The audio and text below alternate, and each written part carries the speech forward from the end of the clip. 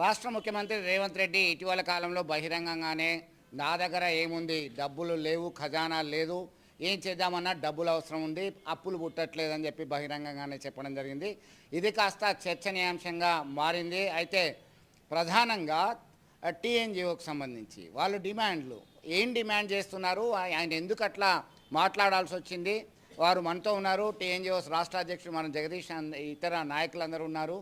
వారి అభిప్రాయాన్ని మనం కనుక్కుందాం. చెప్పండి, ముఖ్యంగా ఇదివరకు ఏ ముఖ్యమంత్రి కూడా ఇట్లాంటి స్టేట్మెంట్ ఇవ్వలేదు, అనేక ఆర్థిక ఇబ్బందులు ఉన్నాయి అని చెప్పేసి చెప్తున్నటువంటి పరిస్థితి, అప్పుడు కూడా పుట్టట్లేదు.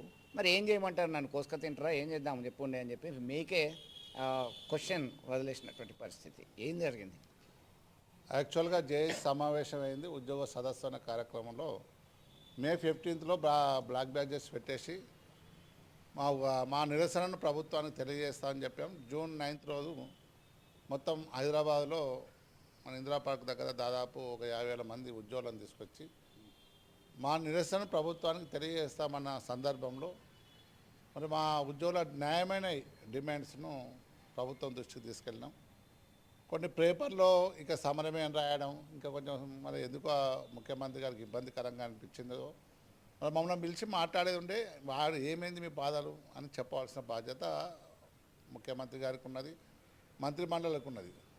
వాస్తవానికి ఆ రోజు చూస్తే మేము కూడా దాన్ని చూసి విస్మయం పొందాం. వాస్తవానికి ఏంది ఇట్లా మాట్లాడిండ్రు, మేము ఏమన్నామని.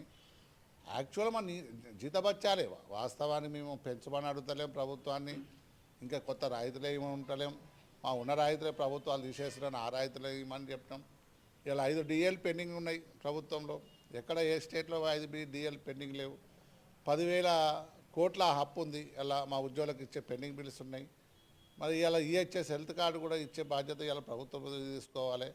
అలాగే వాళ్ళే చెప్పిన మేనిఫెస్టోలో పెట్టిన సందర్భంలో సిపిఎస్ రద్దు చేస్తామన్నారు. ఇవన్నీ 317 జీవోది కూడా, ఇవన్నీ సమస్యలు 57 సమస్యలు ప్రభుత్వం దృష్టికి తీసుకెళ్ళినాం. మా బాధ ఏంటంటే ఆల్రెడీ గత ప్రభుత్వంలో కూడా పెండింగ్లు ఉన్నాయి. ఆ ప్రభుత్వం దాదాపు 3 DL అంటే దాదాపు 18 ఏళ్ళు 22 సంవత్సరాలు ఇవ్వకుండా పోయింది. ఈ ప్రభుత్వం వచ్చినా కూడా 3 DL అంటే వీళ్ళు కూడా దాదాపు 16-15 నెలలు ఇలా పెండింగ్ ఉన్నాయి. 3 సంవత్సరాలు ఇలా ప్రభుత్వ ఉద్యోగి జీతం పెరగకుండా. అది చాలామంది అంటారు జీతం పెరుగుతాను, కరువు బత్యం అంటే డిఏ అంటే డిఎన్ఎస్ అలవెస్ అంటే ఇప్పుడున్న నిత్యావసర వస్తువులు పెరుగుదల ఉన్నాయి కాబట్టి మాకు దానికి సెన్సెస్ ఉంటుంది, దాని ప్రకారం మాకు డిఏలు ఇస్తుంటారు.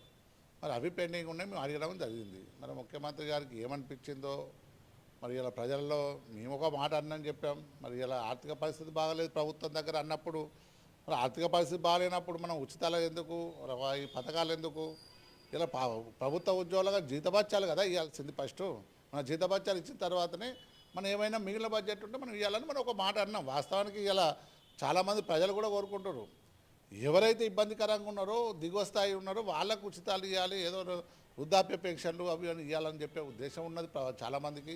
ఎవరు మాట్లాడతారు, మేధావులు మాట్లాడాల్సిన అవసరం ఉంది. ఎందుకంటే ఇవాళ అన్ని ఉచితాలు ఇచ్చుకుపోతుంటే ఒక ఊళ్ళో చూస్తే ఒక ration card, white ration card ఎవరికి లేదు అంటే అక్కడ చిన్న ఉద్యోగ కాంచెలు, అంగన్వాడీ టీచర్ కాంచెలి వాళ్ళకు తప్ప అందరికీ ఉద్యోగులకు తప్ప అందరి తెల్ల కార్డు ఉన్నది. మరి అందరు ఇలా పేదవాళ్ళైనా పెద్ద పెద్ద కాలాల్లో ఉన్న వాళ్ళు కూడా ఉచితాలు వచ్చిస్తున్నాయి. వాస్తవానికి ఇలా ప్రభుత్వ ఉద్యోగం, చిన్న ఉద్యోగం, అంగన్వాడీ టీచరు, ఆశా వర్కరు, చిన్న ప్రభుత్వం నుంచి పారితోషికం తీసుకపోతే కూడా వాళ్ళకి రేషన్ కార్డు ఇవ్వకుండా ఇవన్నీ చేస్తున్నారు. మరి మీరు ఏమన్నా రేషన్ కార్డు ప్రభుత్వ ఉద్యోగులకు ఇవ్వాలనుకుంటారా, వైట్ రేషన్ కార్డు? మాకు ఫ్రీ, ప్రభుత్వ ఉద్యోగులకు ఫ్రీ ఏది ఇవ్వాల్సిన అవసరం లేదు, మేము ఇవ్వట్లేము. ఇవాళ చిన్న ఉద్యోగి 12,000 8,000 ఉన్న వాళ్ళకు కూడా రేషన్ కార్డు లేదు, కోట్లలో ఉన్న వాళ్ళకు కూడా ఇలా వైట్ కార్డు, రేషన్ కార్డు ఇచ్చేసి ఇలా బియ్యం ఇచ్చుకుంటూ అవన్నీ ఇచ్చుకుంటే మీరు ఎవరైతే ఇవ్వండి. దారిద్ర్య రేఖలో దిగువ ఉన్న వాళ్ళను ఆదుకున్న బాధ్యత రాజ్యాంగంలో ఎవరు చెప్పినా కరెక్టే. ఇలా వితంతువులకు, ఒంటరి మహిళ, ఎవరు దిక్కు సక్కలేని వాళ్ళకి ఇవ్వాల్సిన బాధ్యత తీసుకోవాలి. కానీ మనం మొత్తం ఇచ్చుకుంటే మా డబ్బులు ఎక్కడ ఉంటాయి? సీఎం స్టేట్మెంట్ ఇచ్చిన తర్వాత మీరు టీఎన్జిఓస్ అందరూ కూడా జేఏసీగా ఏర్పడిన తర్వాత ఎలాంటి కార్యాచరణతో ముందుకెళ్ళేటువంటి అవకాశం ఉంది? నా దృష్టికి వచ్చింది, చాలామంది ఇబ్బందులు ఎదుర్కొంటున్నారు. యాక్సిడెంట్ అయినప్పుడు కావచ్చు, ఈహెచ్ఎస్ కూడా వర్తించట్లేదు, ఇతరత్ర హాస్పిటల్ ఫెసిలిటీ లేదు, ఇంకా మనకి అవసరానికి అక్కడికి వస్తాయనుకున్నటువంటి డబ్బులు అందులోనే ఉన్నాయి. కూతురు పెళ్ళి అని ఇల్లు కట్టుకుంటామని చెప్పి ఒక్కసారి యూజ్ అవుతాయని అనుకున్నది, అవి రాలని పరిస్థితి ఉంది. వాస్తవానికి హెల్త్ కార్డు అయితే చాలా ఇంపార్టెంట్. ఇప్పుడు మనం ప్రభుత్వం ఏమో లక్షల బిలియన్ 2 లక్షల కన్నా ఎక్కువ ఇచ్చే పరిస్థితి లేదు. అది కూడా వస్తానికి గ్యారెంటీ లేదు. ఈహెచ్ఎస్ను గత ప్రభుత్వం కూడా 186 జీవో తీసుకొచ్చింది.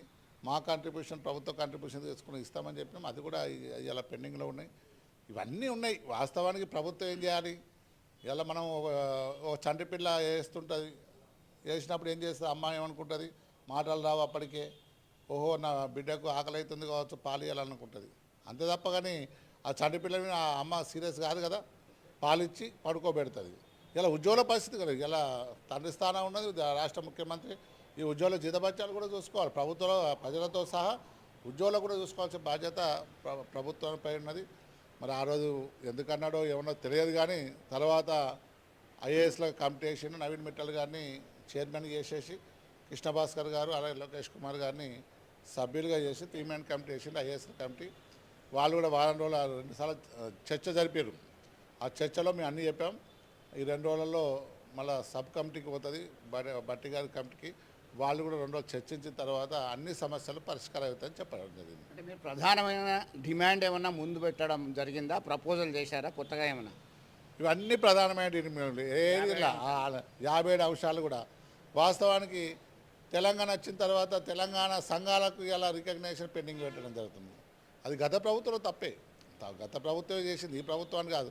ఈ ప్రభుత్వం కనీసం మాట్లాడలేకపోవడం. గతంలో ప్రతి నెల ఎప్పుడు జీతం వచ్చేదో తెలియని పరిస్థితి నుంచి ఇప్పుడు నేను 1వ తారీఖునే జీతం ఇస్తున్నామని చెప్పుకుంటున్నటువంటి పరిస్థితి.